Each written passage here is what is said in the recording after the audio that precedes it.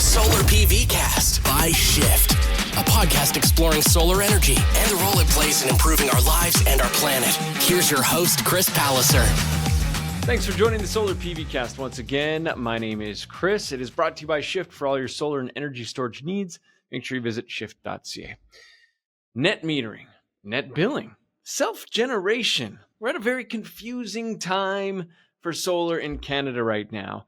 And in this episode of the Solar PVcast, we're hopefully hoping to add some clarity to all of that, because net metering is changing. Or is it?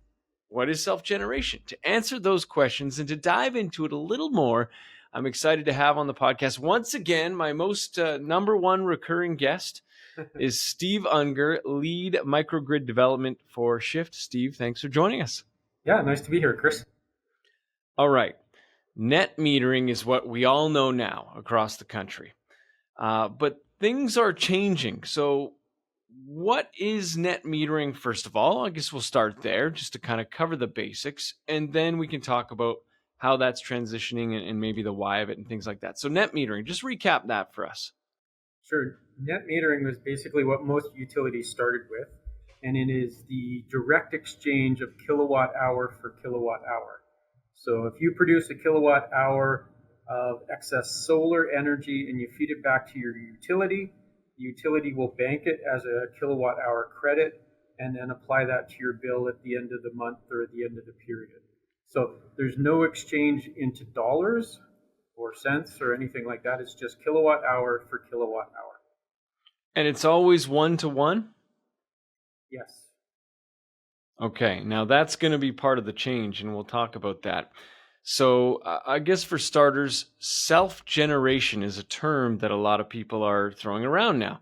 For example, for those of you in BC, you'll be familiar with BC Hydro. They've actually announced that they're fully changing the title from net metering to self-generation, but it's the same? No, I would say self-generation is probably more of an umbrella term that would cover net metering and other forms of, I guess, compensating people for feeding energy back into the grid. So self-generation, as it sounds, is a program that allows people to generate their own electricity and provide it back to the grid, as well as to offset their own consumption. Okay, so this isn't just applied to solar. This could be wind generation or anything like that. It is the umbrella term for net metering. So net metering falls under self-generation, but now net metering is changing to net billing. Yeah, so net billing is another form of compensation. So in net billing, you're not exchanging kilowatt hour for kilowatt hour anymore.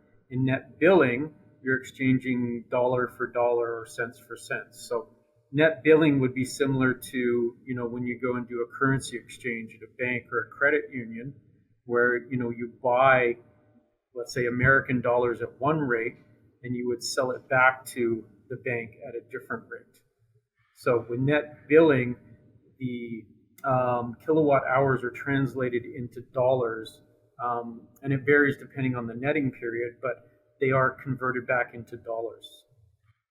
So, I mean, we've had it good with net metering, 1-to-1 kilowatt hours, and unfortunately, that good ride is going to end. It seems so. I mean, you could argue if BC Hydro or Hydro One or whoever else bought the electricity back from us at a higher rate than they sell it to us, it would be advantageous. But I think the likelihood of that happening is probably pretty low. Now, where are we at in this process in BC with this change from net metering to net billing, and how does that compare to the rest of Canada? So within BC, this is a very recent change for BC Hydro, as you discussed. On June 27th, BC Hydro made an application to their governing body, which is the BC Utilities Commission, stating that their intention was to move away from net metering to net billing, and that they would like to start a process and a series of consultations and discussions to, I guess, solidify and ratify that change in that direction. In terms of the rest of the country, it seems like it's happening. You and I are mostly familiar with BC Hydro. But Nova Scotia Power, for example, has called it self-generation for a number of years, although they're still undertaking net billing. Ontario, it depends on the different jurisdiction, but generally speaking, it seems to be what's happening around North America and potentially around the world is most utilities are moving towards more of a net billing model. Now, that's obviously because they're realizing that, they're losing customers to self-generation, but they also have to upkeep the infrastructure to allow net billing, net metering to happen. Is that why they're looking at this model? Yeah, that's a really important question and a really good thing to talk about. So, net metering, say 10 years ago when I started, there was, I don't know, in BC anyways, there was like 400 or 500 net metering customers, right? And most of them actually had quite small arrays. If you had, 5 kilowatts of solar, in 2014, that was a lot. That was a big system.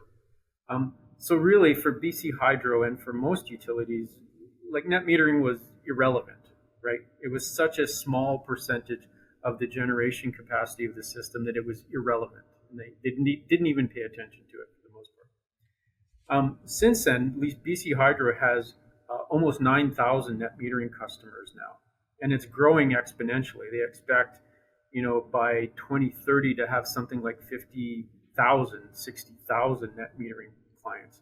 As you and I know, solar is exploding and it makes financial sense. And the utilities are now starting to understand that it's actually starting to make up a significant portion of the actual generation capacity of their grid. Now, from a business point of view, and I had a nice chat with our CEO, Colin Strong, about this, saying, well, at the end of the day, a utility is a business, whether it's a crown corporation or not. And you have to run a business and you have to keep a business in the black. And if you have a whole bunch of net metering customers who essentially aren't really paying for electricity, because utilities make their money by selling us electricity. If you have a bunch of people like myself who doesn't actually pay on an annual basis, that's fine if you only have 200 or 300 of us. But when you have 20 or 30,000 of us, how do you actually pay your lines people and your admin staff and the upkeep and all of that stuff? So utilities are looking for other ways, or looking for ways of maintaining their revenue stream while delivering the service, while trying to embrace renewable energy. And when you put it like that, it does make sense. It's a business. We all use BC Hydro, whatever the utility is and where you're living, we all use that business. So it's only fair that they get paid.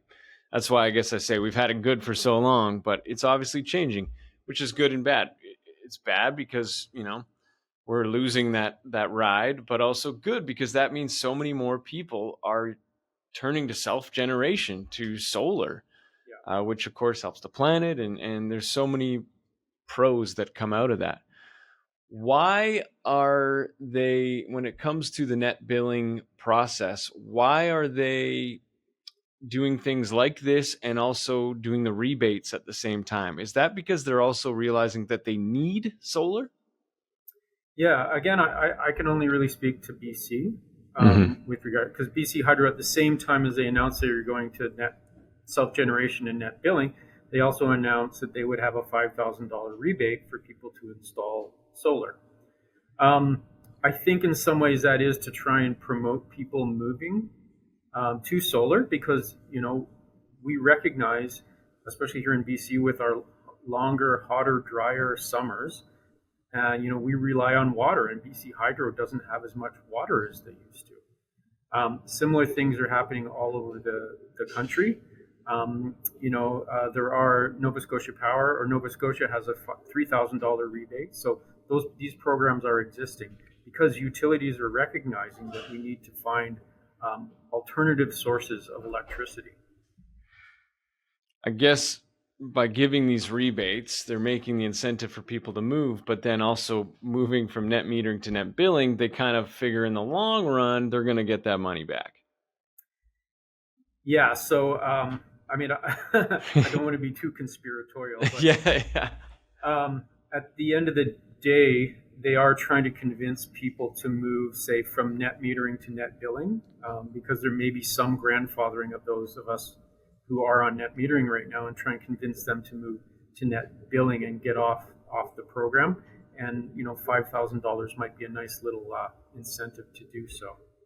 Yeah, that's a good point. Are they looking at grandfathering those that are currently net metered? They're just going to let them ride? No, they probably will let them ride for a certain period of time. But as I mentioned, again, I'm talking about BC Hydro as an example, but in talking to some of my colleagues, this seems to be similarly happening at other jurisdictions and utilities across North America. They went to the Utilities Commission and said, our intention is to move to net billing. We want you to give us permission to do that and to basically start that journey and that discussion. Kind of the three big items that are unknowns right now are, one, what is the grandfathering? Those of us on net metering, how long do we get to stay on net metering? I would suspect it's going to be somewhere between 1 and 5 years, but maybe not. The other thing that we talked about is what is the netting interval associated with the net billing program. And I guess we can talk about netting a little bit in a second. And then, of course, the number one question is, what are you going to pay us for the solar energy that we feed back to you? Yeah. What is netting? So netting is basically the reconciliation time frame. Oh, right. Right now, at least in BC, every 2 months when we do our bill, they do the reconciliation and figure out, how much did you send us versus how much did you buy from us, and you do that accounting, and you net the energy consumption. So some of the discussion is, what is that netting period? Is it going to be every 2 months? Is it going to be every month? Is it going to be every day? Is it going to be instantaneous? So basically, every time a kilowatt hour feeds back, you immediately convert that into dollars. So that discussion is ongoing in BC. BC Hydro is leaning towards instantaneous netting. So again, we're still trying to go through the financial modeling to figure out which is best for us and best for BC Hydro and best for the utilities. So yeah, that's part of the ongoing discussion. This has to be happening in other places around the world, is it? And can BC Hydro look to that? And are they finding success in those other countries? Yeah, I mean, in fairness, BC Hydro has done some research into other utilities. They've actually, also hired a couple of consultants to look into this as well. But then again, they still are primarily looking, at their perspective in terms of, what they need to continue, I guess, running their business and keeping themselves financially stable, as opposed to, taking a more holistic view, I guess you would call it, to what is the value of solar and the value of solar energy fed back into the grid. How do batteries come into play with net billing? Obviously, as we move, down this road, batteries are becoming more and more important, especially when we look at time of use and maybe net billing now, when just trying to crunch the math on, okay, I made this at 3:45 p.m. on August 7th when energy prices were here. Tracking that math seems such a headache. How do batteries play? Can you take advantage of the system? I don't know if that's the right way to put it, but yeah, I mean, in some ways you probably could. So batteries come into play probably more so with time of use. So time of use involves actually electricity prices changing depending on the time of day. So typically what happens with time of use is you have a peak period of, say, 4 to 9 o'clock in the afternoon or in the evening, in which case, maybe the utility would charge you a 5% premium for that electricity. And then they'd have a lower overnight rate, say from 11 to 7 is kind of typical, in which case they would give you a 5-cent a kilowatt hour credit to consume energy then. So basically what they're doing is they're shifting their demand from late afternoon, evening into the nighttime, and then compensating you for that. So if you had batteries, you could be discharging your batteries, say between 4 and 9 o'clock at night, and then charging them back up between 11 p.m. and 7 o'clock in the morning. So I guess in that way, you could look at it a little bit energy arbitrage, playing the energy stock market, so to speak. But then, of course, if you start getting into, net billing with time of use, yeah, it can get a little bit mind-boggling, in the math. And that is one of the disadvantages of going to net billing from this, because right now, net metering is pretty simple, right? You give them a kilowatt hour, they give it back to you. It's nice and simple. It's easy to explain to people. Net billing and time of use, it's kind of like, you got to start explaining the stock market to people. You're in the solar circles, the discussion groups. What's the feedback or the consensus from this current solar community about these changes? I think most people are pretty upset about it. There is a lot of pushback against it because net metering, as you said, works pretty well, and we've had it pretty good for a long time. And you know what? Why fix something that ain't broke? But the fact of the matter is, utilities do need to, pay for themselves and do need to provide a service. And if you take it to an extreme where 50% of your clients aren't really buying anything from you, it gets hard to maintain that service.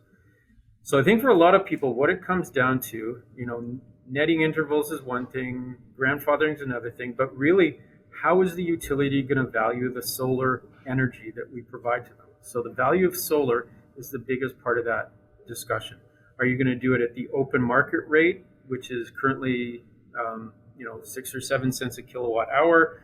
Are you going to provide a premium on that because we've gone out and installed all this equipment and we paid the capital cost? Are you going to give us a premium during hot, dry times in the summer because BC Hydro and other utilities can keep water in their reservoirs? How are you going to define, and how are you going to charge, or how are you going to price the value of solar? And that's really where everybody is up in arms. Mm-hmm. If it's a differential of a couple of cents, nobody's probably going to be too upset. If it's a positive thing, then everyone's going to be really happy. Yeah. But if they buy it back from us at half at what they sell it to us, then yeah, you're going to have a lot of people very upset. Well, and when you produce your solar energy, it's all electrons. When you send those electrons, or you send them back, you made your kilowatt hour, you sent them back to them, but then in a way they're kind of turning around and also could be selling those same electrons at step 2 pricing to somebody else. Well, yeah, exactly. And in fact, the way it physically works is you generate those extra electrons, it goes out through your meter, and if your neighbor doesn't have solar, it goes to their house.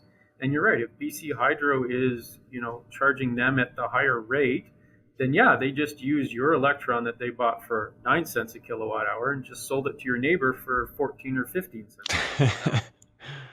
Oh, that doesn't feel good. But I mean, it's business. And so we are in this kind of weird spot with it where we need the grid because it saves you a ton of money. You don't need batteries. You can feed the grid. So we need the grid. It's vital. So we shouldn't get it for free. I mean, that's just the world we live in. But what is that happy medium? And I guess that's where they're trying to figure out do they have a start date for this? Yeah, so BC Hydro is proposing January 1st, 2026 as the start for net billing. So that's when they're going to introduce this new rate. I guess BC Hydro is going back to the Utility Commission on December 20th with their proposal for the netting interval, as well as the value of solar, as well as a few other details of it. So I guess, there's going to be a lot of discussion during early 2025, at least here in BC, with regards to how this is going to roll out. And and then we'll get ready for 2026. Interesting that they're going on December 20th when everyone's off for the Christmas break. Well, that's when they put their proposal in. So okay. I guess what they're saying is we're going to do our work, we're going to get all done, and then we're going to go off on Christmas break, and we'll follow up in January. Right. Yeah. Let the dust settle with everyone, and then that makes sense. I mean, for sure, this isn't a knock on BC Hydro. This episode, it's just we want to focus on the education impact because that it is going to impact all of us, those that are using solar right now and those that are going to be. How does it change in terms of, when you're looking at solar? A big question a lot of people have is a return on investment. How is it going to affect return on investment? How are we going to calculate that?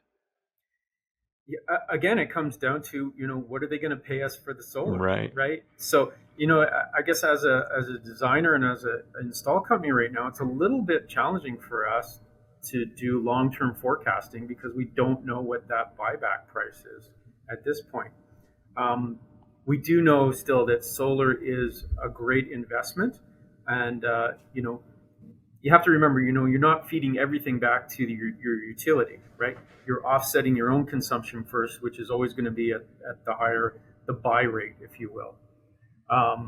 So what we're really talking about is a subset, a percentage of your solar generation that would be sold back to the utility, which typically for most people is, maybe 25, 30, 50% at the most. So again, we're not talking about the whole thing. We're just talking about the stuff that before, you fed back to your utility.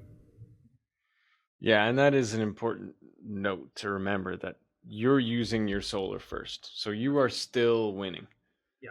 It's just what happens to the extra and how much benefit you get from that. Yeah. So, as a message, if you want to do something, if you are upset about this, then, right now it's in the hands of the BC Utility Commission in BC, or I don't know if other provinces have a similar jurisdiction, but I would say, start, making a big stick with your politicians. We're going to have a federal election probably fairly soon. BC, we're going to have a provincial election reasonably soon. Talk to, your candidates and your politicians about, the value of solar, and that you want to see it valued appropriately, to take into account, not only their investment, but, what it means to the future of renewable energy in Canada. Yeah, it's a moment to speak your mind, for sure. The industry as a whole, because we talk a lot about permitting in our industry and some of the roadblocks that causes, and I think a lot of that has to do with the fact that, especially in Canada, we're all just people, including those in government, including those making policy. And it's almost like we're trying to play catch up with the solar industry constantly. So we might not get it right here. Maybe we'll get it right here. It kind of feels like this is kind of the same way, where we're trying to take the time to get it right, but we're still playing catch up, if that makes sense. Yeah, that's a fair thing. Solar and renewable energy has exploded, especially in the last 5 years, right? When you look at the adoption curves in almost every jurisdiction in North America and in the world, it's an exponential curve, right? There's just hundreds of applications for net metering, a month, if not thousands a month going on in BC, and probably way more than that in Canada. The utilities, the electrical code, everybody is trying to play catch up because this industry is moving so quickly. Yeah, and growing pains, just like with anything, right? So it makes sense they're taking time and they're trying to get it right. Can't please everybody, and so they're just trying to find the best way. Yeah. Great. Well, yeah, anything else you wanted to touch on when it comes to net metering, net billing, and the transition that we're about to face? Yeah. I would say, go out, get yourself informed. Talk to your solar company, whether it's Shift or not, about it. Try and get the right information. Try not to get, scaremongered into things.